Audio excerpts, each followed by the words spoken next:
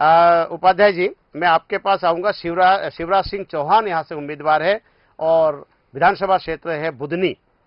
कहूंगा कि कांग्रेस ने विक्रम मस्ताल को क्या समझ के टिकट दिया है? क्या इसीलिए टिकट दे दिया कि शिवराज सिंह पूरे मध्य प्रदेश में आसानी से घूम पाए? बिल्कुल, क्या कहना चाहेंगे? और दूसरी एक रोचक जानकारी मैं देता हूं, इस पर भी आपकी टिप्पणी चाहूंगा। यहां से 30 तारीख को मिर्ची बाबा फार्म भर रहे हैं समाजवादी पार्टी से जी, और उनकी तैयारी हो गई है, टिकट की सारी बात हो गई है। आज फॉर्म को कंप्लीट कर लिया गया है जी। 30 तारीख को वो बुधनी से समाजवादी पार्टी के उम्मीदवार होंगे।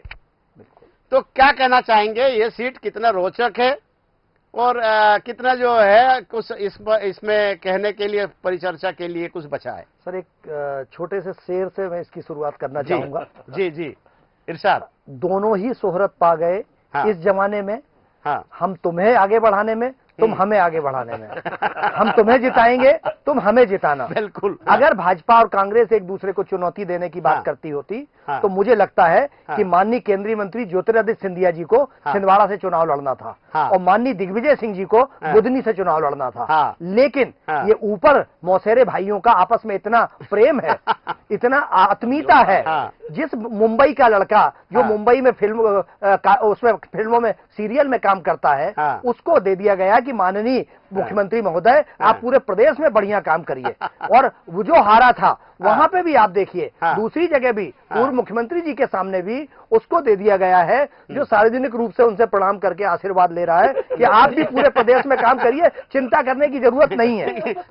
तुम मेरे पीठ खुजालो, मैं तुम्हारा पीठ खुजालता हूं। यस। तो ये दोनों, आपने अभी चूंकि गोविंदपुरा की बात की थी, वो भी उसी दायरे में आती है। और ऐसी लगभग 25 सीटें ऐसी होंगी सर, 25 सीटें, जहां पर ये राह आसान, हमारे एक गृह मंत्री जी को राह थोड़ी कठिन लग रही थी, तो उस पर भी ऊपर से सेटिंग हुई। उन्होंने कहा भैया उसी को दे दो जिससे तुम अच्छा आसानी से जीत सको। तो ये स्थिति जो है लगभग ये, चूंकि हम लोग जनता के प्रतिनिधि के रूप में बात करते हैं, हम जनता की आवाज माने जाते हैं, पत्रकारों को कहा जाता है, तो इसलिए जन भावना तो यही है कि सब एक दूसरे की सेज सजाने में लगे हुए हैं और सत्ता किसी के पास भी रहे, जनता को इससे फायदा कुछ नहीं होना है। माननीय मुख्यमंत्री जी शिवराज सिंह चौहान जी भारी मतों से चुनाव जीत जाएं, ये दूसरा दल या दूसरा पक्ष समझता होगा, जानता होगा कि आप बिल्कुल परेशान मत होइए। और मिर्ची बाबा की बात जहां तक आपने करी सर, ये बाबाओं ने,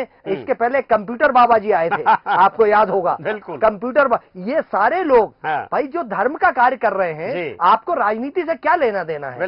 और राजनीति में जिस तरीके से किया जा रहा है, मुझे ऐसा लगता है कि इसमें और ज्यादा सत्ताधारी विपक्ष ने ये सोचा होगा कि कहीं मस्तान हनुमान बन के कुछ वोट ना ले ले, इसलिए एक काम करो, उसमें भी बांटने के लिए एक और वहां इंटरटेनमेंट कर दो। बहुत बढ़िया, इंटरटेनमेंट के लिए भेजा गया है कि ताकि वो ऐसा ना हो कि हनुमान को ज्यादा वोट ना चले जाएं, तो इसलिए एक बाबा को और भेज दो, तो और नर्मदा किनारे के धार्मिक लोग होंगे, तो वो जो आपको मिलने वाले वोट उधर चले जाएं, तो ये 50,000 एक आध लाख वोटों से जीत सकते हैं। अच्छा, एक और सवाल है कि ये मिर्ची बाबा जो है, ये अभी तक कांग्रेस के पक्ष में अभी प्रचार कर रहे थे और कांग्रेस के नेता के रूप में उनको स्थापित किया जा रहा था जी।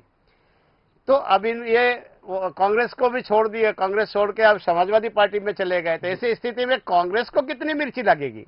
सर, मिर्ची बाबा ने सबसे पहले मिर्ची यज्ञ करके कमलनाथ जी को मिर्ची लगाई थी जी। उसके बाद जब खुद को शिवराज जी के कार्यकाल के दौरान उनके खिलाफ कोई प्रकरण दर्ज हुआ, हालांकि उसमें वो बरी हो गए, लेकिन शिवराज सरकार ने मिर्ची बाबा को ही लगा दी।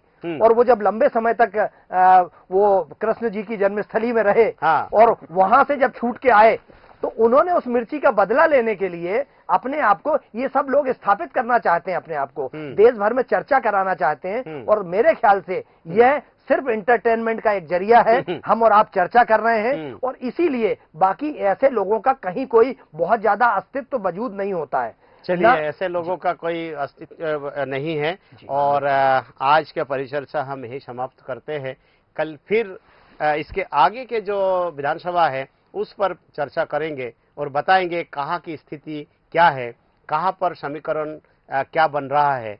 फिर हमारे साथ में नए मेहमान रहेंगे, मैं भी हाजिर होऊंगा और बताऊंगा कौन की स्थिति मजबूत है, कौन की कमजोर है, और कहां झगड़ा जो है सुलझ गया है और कहां अभी भी सुलझ नहीं पाए हैं। धन्यवाद।